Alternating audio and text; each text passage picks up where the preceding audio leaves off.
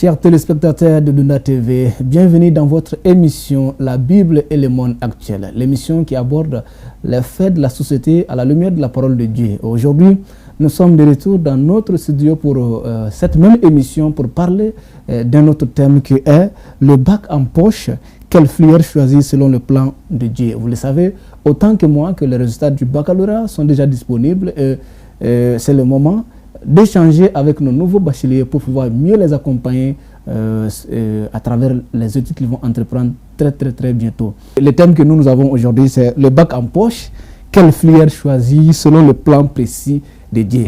Est-ce qu'il faut choisir sa filière seul, sans compter à son Seigneur? Nous allons en parler dans cette émission. Quelle place donner au Seigneur dans le choix surtout de notre filière? Et après avoir reçu son bac en tant que nouveau bachelier, que faut-il faire pour bien se préparer pour les études universitaires ou d'autres études? C'est l'objet de ce débat de ce soir et je vous invite à vous installer confortablement devant votre écran, et vous qui êtes en train de nous suivre à travers les plateformes, je vous invite à partager le maximum possible pour atteindre la cible et pour les objectifs, pour que les objectifs soient atteints. J'ai avec moi sur ce plateau des personnalités.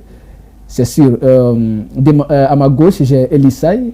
Lui, il est étudiant finaliste et il saura quoi nous dire par rapport aux études universitaires. Et surtout, quand on est nouveau bachelier, qu'est-ce qu'il faut faire pour vraiment réussir les études universitaires? À ma droite, j'ai avec moi M. Emmanuel Tienou. Il est enseignant, professeur d'anglais. Il a beaucoup de choses à nous dire aujourd'hui. Et je suis sûr que ça sera une émission riche en partage. Mesdames, Messieurs, chers téléspectateurs, c'est parti pour vous, la Bible et le monde actuel. Et bienvenue à vous, chers invités. Merci. Je commence à ma droite. Messieurs, mots et salutations à ceux qui nous regardent avant qu'on ne commence ce débat. Alors, merci pour cette belle occasion que vous me donnez de m'exprimer. Je remercie tous les téléspectateurs et tout le personnel de Dunda TV pour cette occasion. Et comme vous l'avez déjà annoncé, nous allons beaucoup parler des opportunités que les jeunes frères et jeunes sœurs peuvent avoir après le bac pour pouvoir amorcer leurs études universitaires, surtout ceux qui sont chrétiens. Merci vraiment pour cette occasion. Alors, qui est M. Emmanuel Tienou, en quelques mots? Moi, en quelques mots, je suis professeur d'anglais, comme vous l'avez dit. Je suis aussi responsable au niveau de la jeunesse à l'église de Bonagabougou. Voilà, donc professeur d'anglais au lycée. On peut préciser cela. Voilà, merci. Merci et bienvenue dans notre studio. Eli, salutations et en quelques mots, qui est Eli Saï? D'accord, merci beaucoup. Je remercie toute l'équipe de Dunda TV pour l'invitation. Je salue chaleureusement nos téléspectateurs qui nous suivent en ce moment. Moi, c'est, comme vous l'avez dit, Eli Saï. Je suis étudiant finissant en génie civil à la faculté du génie et des sciences de l'université de Ségou. Et donc, à Ségou, je suis membre de l'église UEPM. Et ici, je suis membre, à Bamako, je suis membre de l'église de Bamako-Koura, UEPM Bamako-Koura. Et je suis aussi le responsable du département d'interaction avec les écritures au niveau du staff des GBM. Merci pour cette présentation et c'est parti. La toute première question que j'ai pour vous, après le bac, quelle place ou en quoi vous trouvez important de bien choisir sa filière et aussi donner la première place à ces choix de filière? Je vais commencer par Eli et finir avec vous. Okay. D'accord. Ok, merci beaucoup pour cette question qui est pertinente.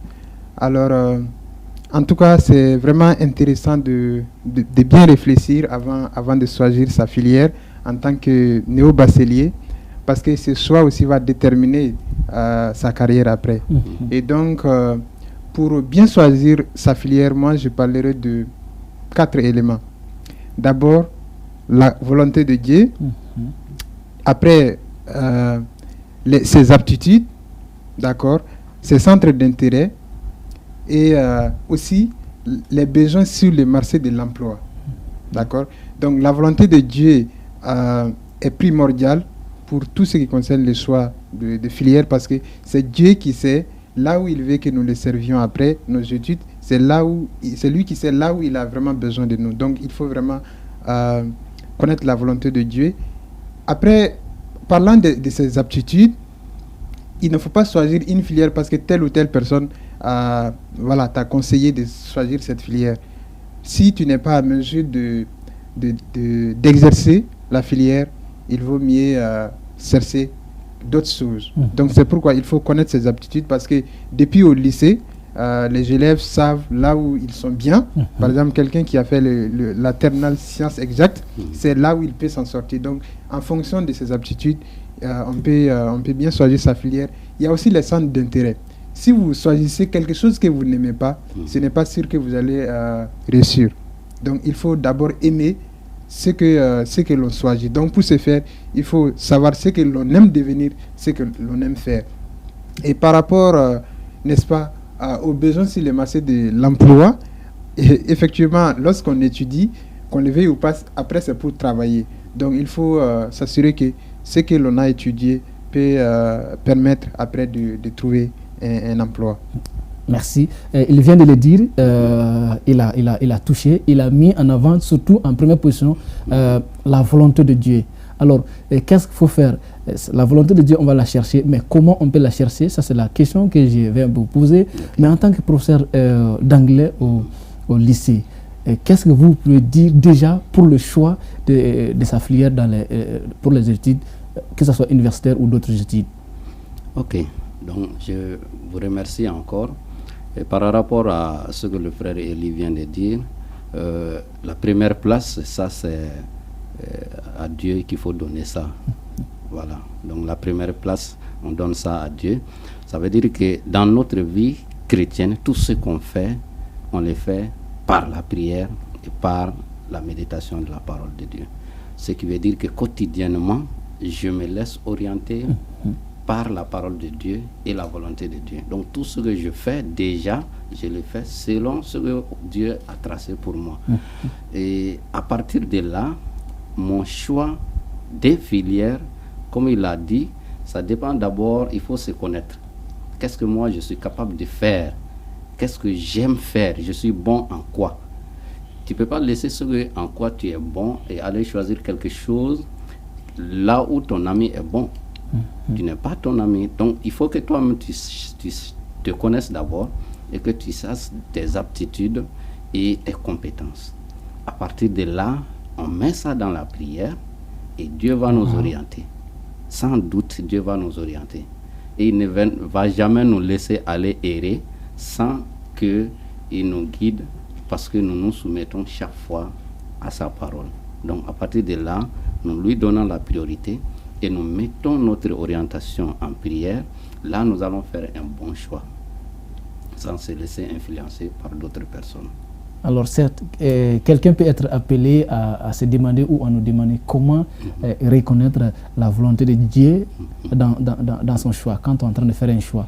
Peut-être, c'est une question que je pose comme ça, oui. Mais est-ce qu'on peut reconnaître la volonté de Dieu quand on fait son choix? Elie?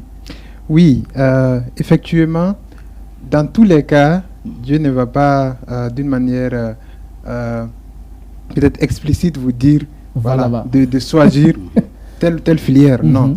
Mais d'abord, si on sait là où on est bien, ça c'est déjà une information capitale qui nous permet de comprendre la volonté de Dieu. Parce que Dieu ne va pas nous envoyer là où nous n'allons pas nous en sortir. D'accord? Donc si on sait, on est déjà bien quelque part, ça c'est déjà une bonne information qui peut nous aider à comprendre qu'effectivement c'est la volonté de Dieu. Parce que il est clair, parfois même il y a des gens qui sont polyvalents, qui peuvent faire beaucoup de choses, mais même là ils sont appelés à choisir une filière, parce que Dieu dira que dans Proverbe 19, 21, il y a dans le cœur de l'homme beaucoup de projets, mais c'est le dessein de l'Éternel qui s'accomplit. Et donc, il faut vraiment se laisser guider par le Seigneur. Et pour ce faire, il faut vraiment prier. Si on prie bien, le Seigneur va nous écouter et il va nous orienter dans les choix. Alors, vous êtes professeur d'enseignant. Ça, c'est un élément très important. Vous êtes déjà au niveau du lycée. Vous connaissez les enfants.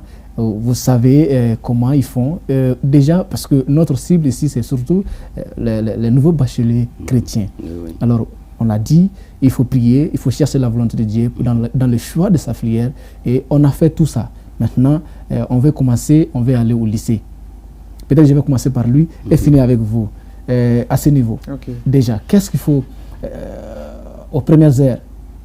Qu'est-ce qu'on doit faire? Je vais parler des inscriptions déjà.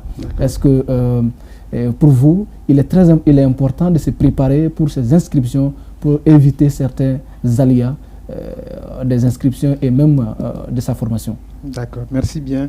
Oui, effectivement, il y a des choses à comprendre, n'est-ce pas, avant de se lancer dans l'inscription. Parce que vous savez, aujourd'hui, il y a d'abord la préinscription, ensuite l'inscription physique. Et donc, si vous avez déjà réussi, si vous êtes déjà un néo-bachelier, donc il faut d'abord se préparer. Par exemple, pour la préinscription, vous avez besoin d'avoir une adresse email.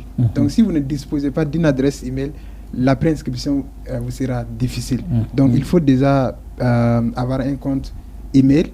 Il faut aussi, n'est-ce pas, avoir les documents nécessaires, parce que les documents certainement vont être clarifiés selon la structure d'accueil, mais il faut quand même avoir les documents qui sont demandés pour réussir ces inscriptions, peut-être d'abord pour la préinscription et ensuite l'inscription physique.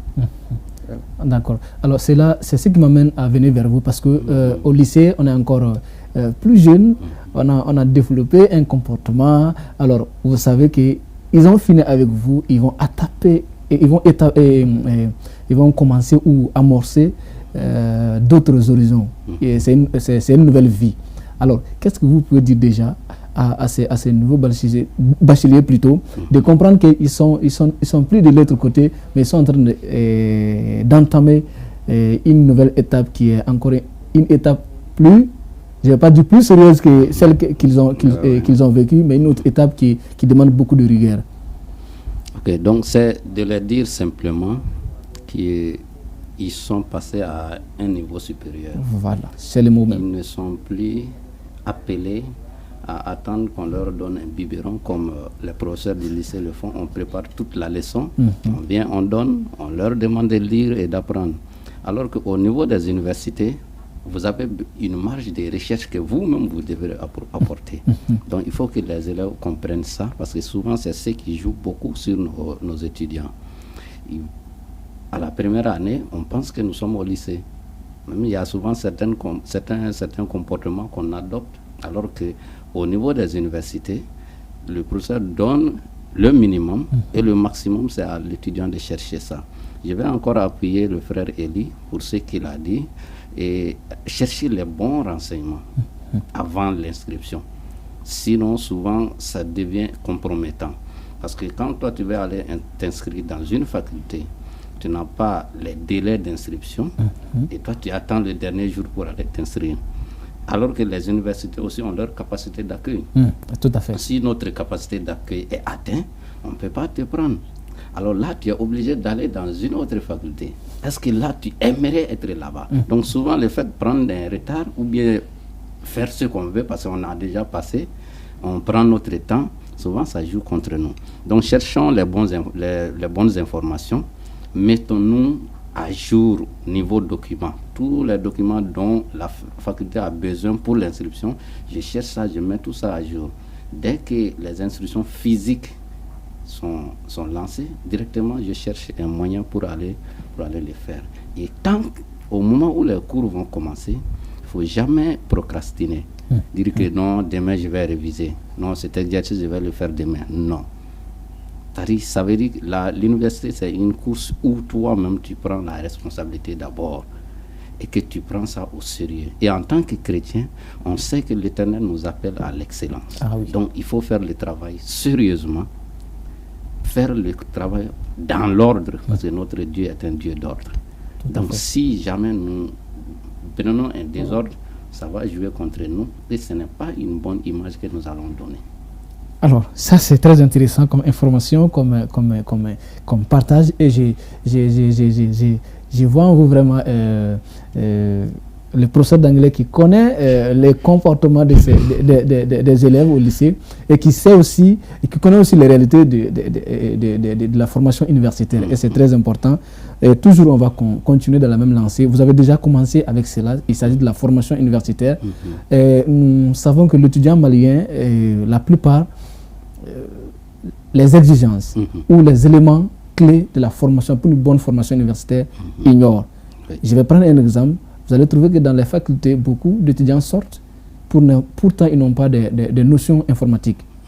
Peut-être, je ne sais pas en quoi cela est dû, mais c'est le lieu aussi d'en parler. Et je vais commencer par le frère Eli venir à vous parce que lui, il est proche, il vient même définir, il a beaucoup de réalité par rapport à ça. On va parler des exigences de la formation universitaire.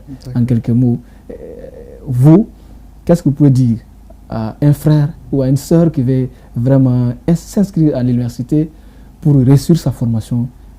Quelles doivent être quelle violence faire sur lui ou qu'est-ce qu'il doit faire pour vraiment faire une bonne formation, pour ne pas sortir léger dans sa formation? D'accord.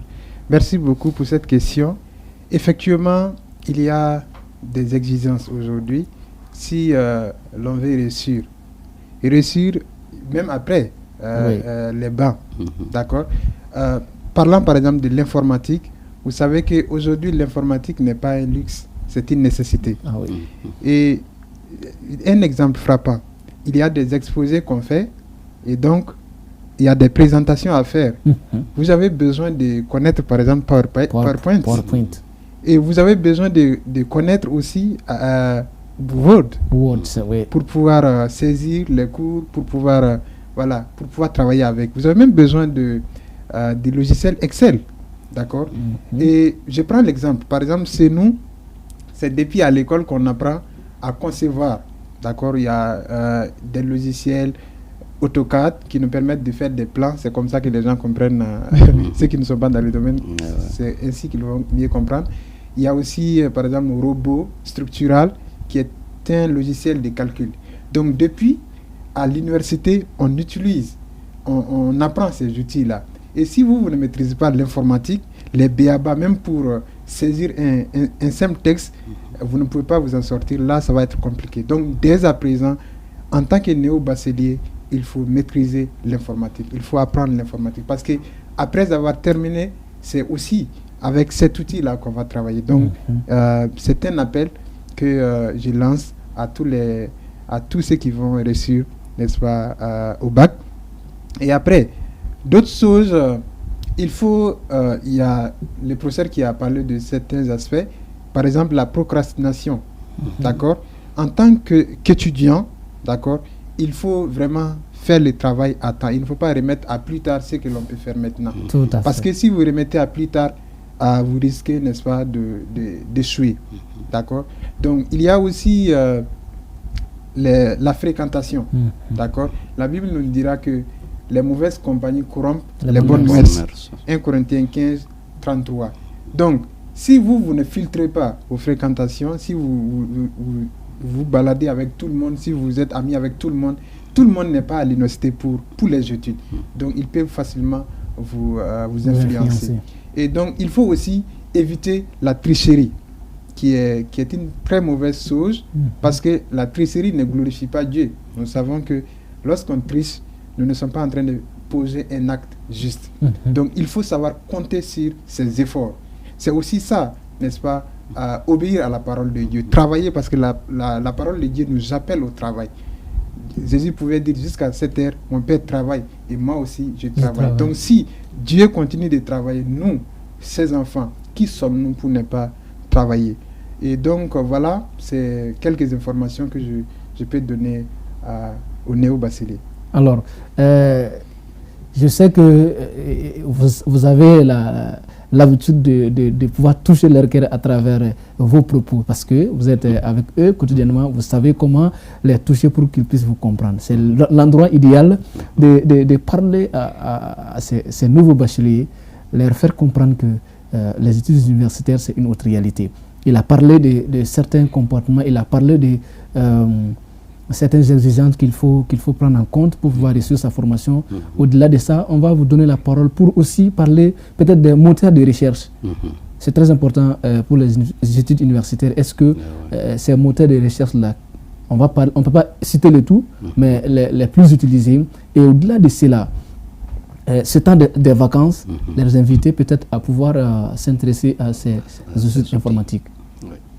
D'accord. Donc là, je vais m'adresser à eux directement en les appelant. Je vous appelle, chers jeunes,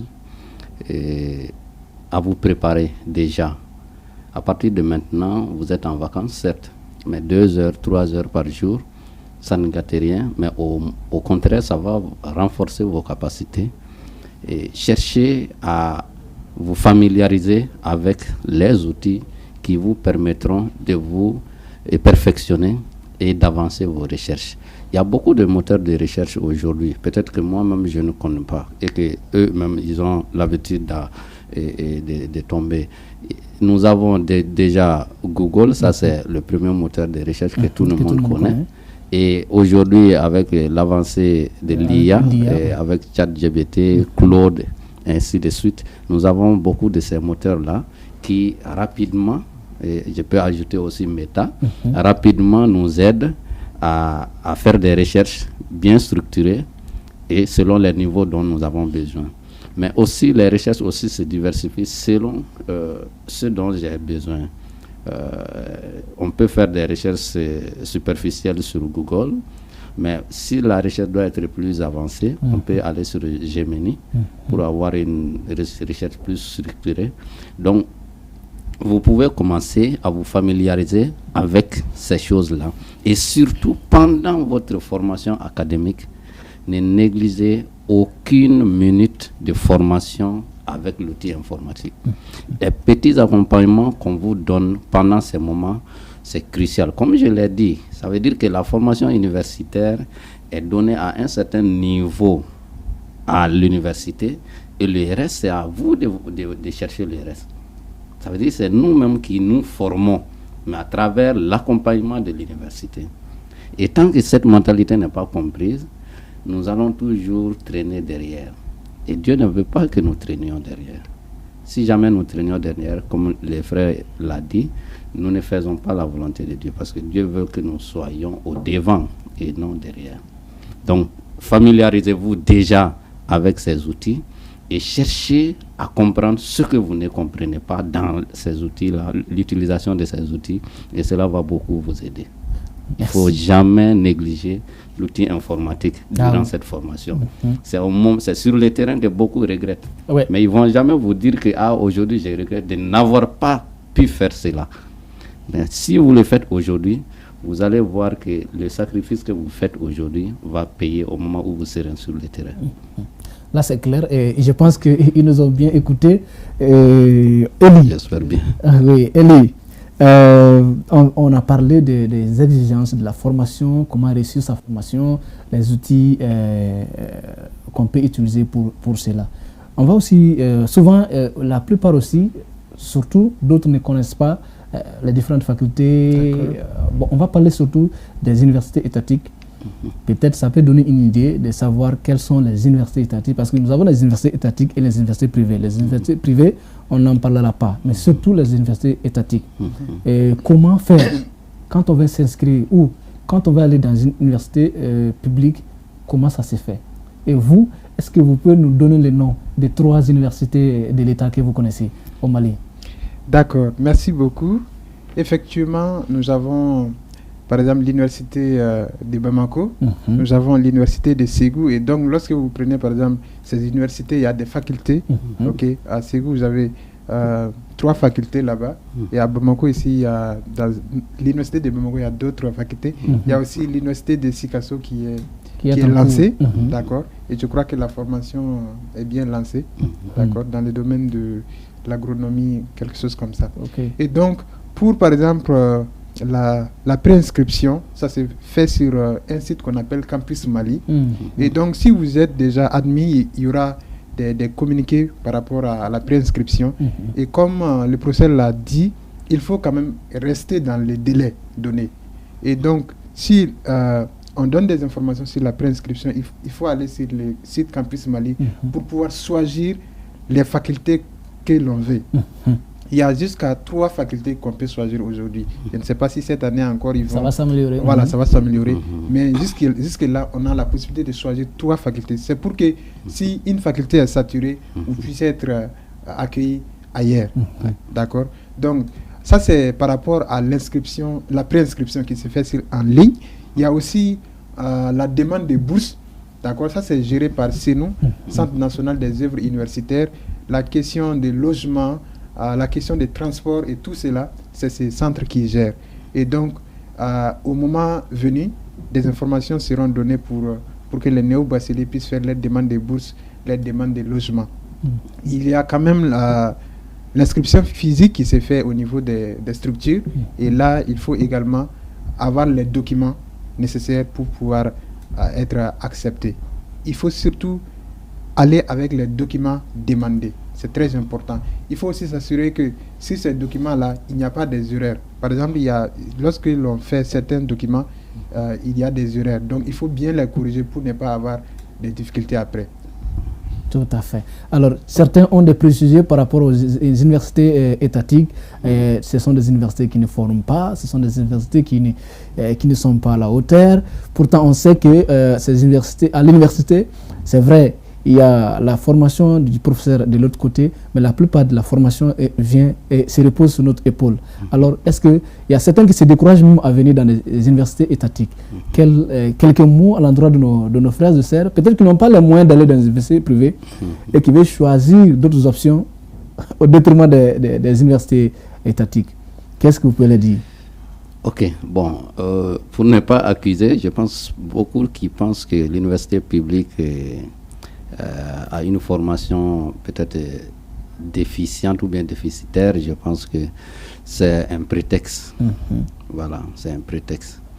C'est vrai que souvent les circonstances font de sorte que il y a beaucoup d'irrégularités des cours pendant les périodes de cours, ce qui arrive aussi même dans les universités privées. Ce que je peux dire aux jeunes qui vont entrer dans les universités bientôt, c'est d'être focus sur la parole de Dieu. Ça veut dire que quand on est en communion avec Dieu, Dieu nous montrera toujours le chemin à adopter. Et pour continuer sur ce chemin, je sais que chaque jeune fille ou bien jeune garçon et nouveau universitaire qui va entrer dans une université publique au Mali ne va jamais sortir sans niveau, comme on l'a dit. Nos universités publiques aujourd'hui, c'est ceux qui sont là-dedans le savent. Les professeurs du CAMES aujourd'hui, il y a beaucoup de nos professeurs des universités publiques qui sont là-dedans. Il y en a des universités privées, mais les professeurs des universités publiques sont largement plus nombreux que les autres. Donc, ce qui veut dire que nous avons de très bons professeurs, nous avons de très bons programmes et ils font de très bonnes recherches parce que c'est à partir des recherches qu'ils présentent qu'ils sont nommés et ils sont notés en fonction de ça. Donc, ce qui veut dire que nos universités publiques ont un très bon niveau. Maintenant, si moi je vais à l'université, je sèche les cours, comme le frère Élie l'a dit, ils font des présentations. Je ne me présente pas pendant les présentations et j'ai de maigres notes. Ça n'incombe pas à l'université. Le professeur peut venir 2 fois ou pendant quelques séances, il donne des directives. C'est à toi de renforcer ces directives-là pour montrer au professeur, voilà, monsieur le professeur, vous m'avez dit de faire des recherches sur tel ou tel ou tel, voilà mes résultats. Mais si tu n'arrives pas à présenter un résultat des recherches, comment voudrais-tu avoir des notes satisfaisantes ou bien avoir un niveau satisfaisant? Donc ça veut dire que nous-mêmes, nous devrons nous mettre en cause d'abord avant de mettre les universités publiques en cause. Les universités publiques sont gérées par le ministère de l'Enseignement supérieur et de la Recherche scientifique. Et pour finir, le ministère de l'Enseignement supérieur a un site. À partir de ce site, tous les renseignements concernant les différentes universités et instituts et grandes écoles se trouvent sur ce site-là. Et les grandes facultés et les universités de Bamako ou bien de Ségou ou bien de Sika sont tous aussi sur les réseaux sociaux comme Facebook. Donc les informations, ce n'est pas ce qui manque aujourd'hui. Les élèves ou bien les étudiants peuvent avoir tous les renseignements concernant les facultés dans lesquelles ils doivent s'inscrire à temps. Donc si nous négligeons, c'est à nous la faute. Sinon, je pense qu'aujourd'hui, quand même, les choses sont encore plus faciles au moment où ces plateformes-là sont très diversifiées. Merci beaucoup. On tend vers la fin, mais cette fois-ci, on va parler surtout. Je vais venir et je vais vers Elie. Que faut-il éviter dès les premières heures? Quand on arrive à la faculté, qu'est-ce qu'on doit éviter? Au-delà, vous l'avez parlé de fréquentation, au-delà de tout ça, qu'est-ce qu'il faut éviter pour vraiment faire une bonne formation? D'accord. En tout cas, au-delà de certaines choses que j'ai déjà dites, je parlerai de l'indiscipline. Voyez-vous, l'indiscipline, c'est quelque chose qui peut coûter beaucoup, qui peut coûter cher. Parce que si vous n'êtes pas discipliné, alors les enseignants peuvent vous sanctionner. Si vous n'êtes pas discipliné, l'administration peut vous sanctionner.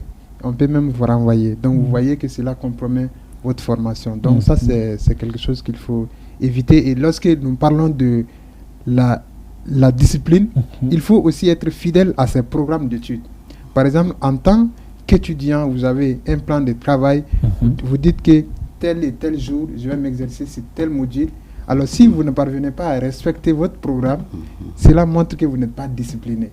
Donc, ça va au niveau personnel aussi. Et si vous respectez vraiment votre plan de travail, si vous travaillez bien, vous allez certainement réussir. Merci. Qu'est-ce qu'il faut éviter dès qu'on arrive à la faculté? Dès qu'on est venu, ça peut être on est venu pour nos études, on est venu d'une région, on est venu loin pour venir accomplir une mission. Et dès notre arrivée, qu'est-ce qu'on peut éviter pour ne pas passer à côté de notre objectif? D'accord, merci. Elie l'a déjà touché. Et je vais seulement renforcer ce qu'il a dit en disant d'éviter de prendre du retard. À l'université, difficilement, on va se rattraper. Difficilement. On peut se rattraper, mais on va le faire difficilement. Ça veut dire qu'au-delà du chronogramme de travail que vous avez, ou bien des modules que vous avez, il faut tout faire pour les faire à temps. Il y a des modules qui ne dépassent pas 6 heures. Et peut-être le professeur doit vous accompagner pendant 4 heures et les 2 autres heures sont pour les évaluations. Si vous séchez les 4 heures, vous allez dire quoi pendant les 2 heures? Donc, il faut que vous soyez, comme on l'a dit, un étudiant régulier, à suivre les cours, à vous exercer et à vous évaluer. Donc, si vous ne passez pas par ça et que vous pensez que, ah non, c'est l'université, on a le temps, évitez d'être libre. Mettez-vous en tête que vous êtes là pendant un moment, parce que ce n'est pas toute votre vie que vous allez passer là-bas. Vous êtes là pendant un moment pour vous former. Et cette formation-là, ça dépend de ce que vous allez produire. Donc, évitez d'être libre. Quand je dis éviter d'être libre, il ne s'agit pas de dire que vous allez être un esclave de quelqu'un ou d'autres choses. Mais faites le sacrifice sur vous-même pour étudier réellement et sérieusement. Ça veut dire mettez-vous au sérieux. Évitez d'être l'étudiant paresseux qui remet toujours à demain ce qu'on peut faire aujourd'hui. Non, ça, c'est la parole de Dieu qui le dit même. Et ce qu'on peut faire aujourd'hui est mieux de le faire que de le reporter. Alors, on tend vers la fin de cette émission, mais en quelques mots, nous savons qu'après les études, nous sommes appelés à servir. Ça peut être en tant qu'administrateur, en tant qu'enseignant, ça peut être en tant que dans les organisations. Alors, c'est là où il y a le débat d'idées, il y a échange des idées, on s'impose, parce que le monde, c'est un monde un monde en compétition, en perpétuelle compétition. Et qu'est-ce que vous pouvez dire à ceux qui vont entamer des études sérieuses, parce qu'après le bac, vraiment les études commencent. Ce n'est pas pour sous-estimer les études qu'on fait, les secondaires et puis les secondes cycles, non. Mais c'est pour mettre l'accent sur l'autre forme d'études qu'on va entamer après le bac. Et juste après ça, on rentre dans le monde professionnel. C'est là-bas où le débat se pose, débat d'idées. Qu'est-ce que vous pouvez dire avant la fin de cette émission à ce qu'on soit compétitif sur le monde de l'emploi et surtout le débat d'idées? Elie. D'accord, merci beaucoup pour cette question. Effectivement, il faut être excellent. Cela me rappelle l'histoire de Daniel et de ses 3 compagnons qui ont été des étudiants excellents. Pendant les 3 années d'études, nous pouvons voir cela dans Daniel 1. D'accord. Après, à partir du chapitre 2, ils sont entrés dans le monde professionnel. Et même là, ils ont commencé à être, ils ont continué à être excellents. Et donc, si nous voulons réellement impacter, il nous faut avoir une bonne formation. Et pour avoir une bonne formation, il y a un certain nombre de choses que, n'est-ce pas, l'apprenant doit faire. Il faut être assidu, il faut travailler. Et nous comprendrons que Daniel et ses 3 amis n'ont pas été excellents comme ça. Ils ont été fidèles à la parole de Dieu, et la fidélité à la parole de Dieu n'exclut pas le travail. Et ils ont certainement travaillé. Donc, en tant que jeune étudiant, en tant que néo-bachelier, il faut savoir qu'on doit travailler pour sortir excellent. Après l'université, il faut savoir qu'on va travailler. Et vous savez, le Seigneur nous a mis à l'école pour que nous le servions. Ce n'est pas un hasard si nous sommes dans une faculté ou dans un institut supérieur. C'est pour que nous le servions, c'est pour que nous présentions Christ à nos camarades. Et donc, après même nos études, dans le monde professionnel, nous sommes appelés à servir le Seigneur, nous sommes appelés à témoigner de Christ. Donc, il nous faut être excellents. Si nous ne sommes pas excellents, alors nous allons compromettre les témoignages. Et alors, vous savez, la Bible est claire. Dans Daniel 2, 21, il est dit que Dieu, n'est-ce pas, a donné, il donne la sagesse aux sages et la science à ceux qui ont de l'intelligence. Et l'intelligence vient de notre Seigneur. Si nous sommes intelligents, nous pouvons acquérir la science. Ça, c'est certain. Je vais peut-être terminer en récitant Luce Pasteur qui a dit « Un peu de science éloigne Dieu, beaucoup de science y ramène. » En réalité, nos études que nous faisons doivent nous ramener à Dieu. Donc, les études nous permettent de comprendre le plan de Dieu pour notre vie, pour mieux le servir, pour mieux servir nos nations, pour mieux servir, n'est-ce pas, notre monde. Et il est aussi clair que nous sommes les sels de la terre. Matthieu 5, 13a, la lumière du monde, à Matthieu 5, 14a. Donc si nous sommes les sels de la terre, nous sommes la lumière du monde, nous sommes appelés à impacter. Et donc pour impacter, il nous faut travailler, il nous faut être excellent. Il faut vraiment l'excellence, j'insiste sur ça, si nous voulons vraiment impacter. Alors, que faut-il faire pour vraiment répondre comme il a dit, pour impacter et pour pouvoir participer au débat d'idées et être compétitif après sa formation? Alors là, je vais les ramener encore à leur période de formation académique. Ça veut dire que quand ils sont à l'université, évitez de vous isoler. Nous avons dans toutes nos universités aujourd'hui, au Mali, je vais prendre le cas du Mali, les groupes bibliques universitaires. Donc, il faut intégrer ces groupes bibliques, intégrer les associations estudiantines chrétiennes pour éviter les mauvaises fréquentations, intégrer les clubs de la Ligue pour la lecture de la Bible. Et à partir de là, on va avoir des étudiants camarades qui nous aident à nous exceller. D'autres sont en avance, d'autres sont peut-être derrière nous. Comme nous parlons des nouveaux, nous allons avoir des grands frères et des grandes sœurs qui connaissent déjà le milieu, qui peuvent mieux nous accompagner. Ce n'est pas que nous allons compter sur eux, mais leur fréquentation, cet environnement-là va nous permettre de pouvoir prendre la parole. Surtout la méditation avec le groupe biblique, ça va nous permettre de prendre la parole, d'échanger, d'argumenter nos idées, de faire des débats. Et ça c'est une bonne formation en ce moment. Et l'université, pour ne pas léser les autres formations professionnelles, l'université, c'est un niveau stratégique dans la formation. Et si, par exemple, nous pensons qu'il faut aller dans les formations professionnelles, tout le monde n'est pas appelé à y aller. Ah oui. Et beaucoup sont appelés aussi à aller dans les universités. Et là, si les chrétiens ne sont pas dans le domaine de la médecine, ou bien dans le domaine de l'éducation, ou bien dans le domaine de la technologie, et qui va-t-on envoyer? Parce que Dieu veut que nous soyons dans tous les domaines, parce que lui, c'est lui qui a créé tout. Et toute cette science aujourd'hui qui nous surprend, cette science-là a été créée par Dieu. Et c'est lui qui nous donne la capacité de pouvoir l'exploiter. Et nous devons aller dans tous ces domaines-là, comme Élie l'a dit, montrer la vraie lumière de Dieu. Montrer la vraie lumière, la vraie manière de le faire. Dieu nous a dotés de ça. C'est à nous d'aller dans ces domaines-là et de le faire comme Dieu veut que ça se fasse, pour que les autres voient et qu'ils nous imitent. Ah oui. Non, ça c'est clair, c'est bien dit. Nous sommes au terme de cette émission, mais avant de se quitter, avant de dire au revoir à vous et à nos chers téléspectateurs, déjà, mot de salutation de l'autre côté et on finit avec vous. Ok. Merci beaucoup. Merci à vous de nous avoir suivis et nous prions que le Seigneur vous accompagne, surtout les néo-bacheliers. Les résultats sont déjà disponibles et félicitations à ceux qui ont reçu et nous encourageons ceux qui sont retenus pour qu'ils puissent continuer à travailler afin de réussir l'année prochaine.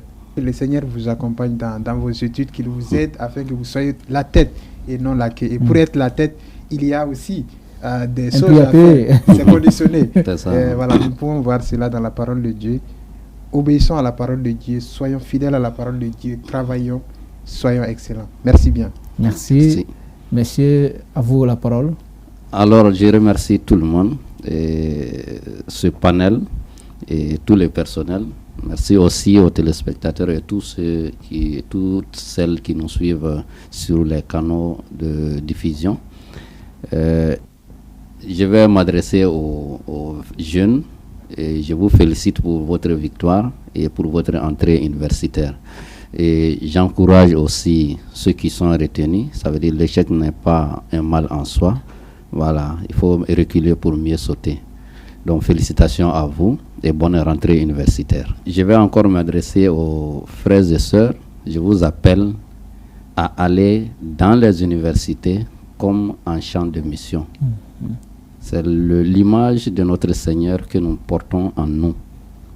Il faut que nous montrons cette bonne image-là. Et n'ayez pas peur, parce que le Dieu qui nous appelle est derrière nous. Il est avec nous. Il ne nous oublie pas et il nous suit pas à pas. Donc, allons en toute confiance dans nos universités, étudions, montrons que nous sommes excellents parce que notre Dieu est parfait et il nous a dotés de capacités d'être excellents. Et nous vous remercions d'avoir suivi.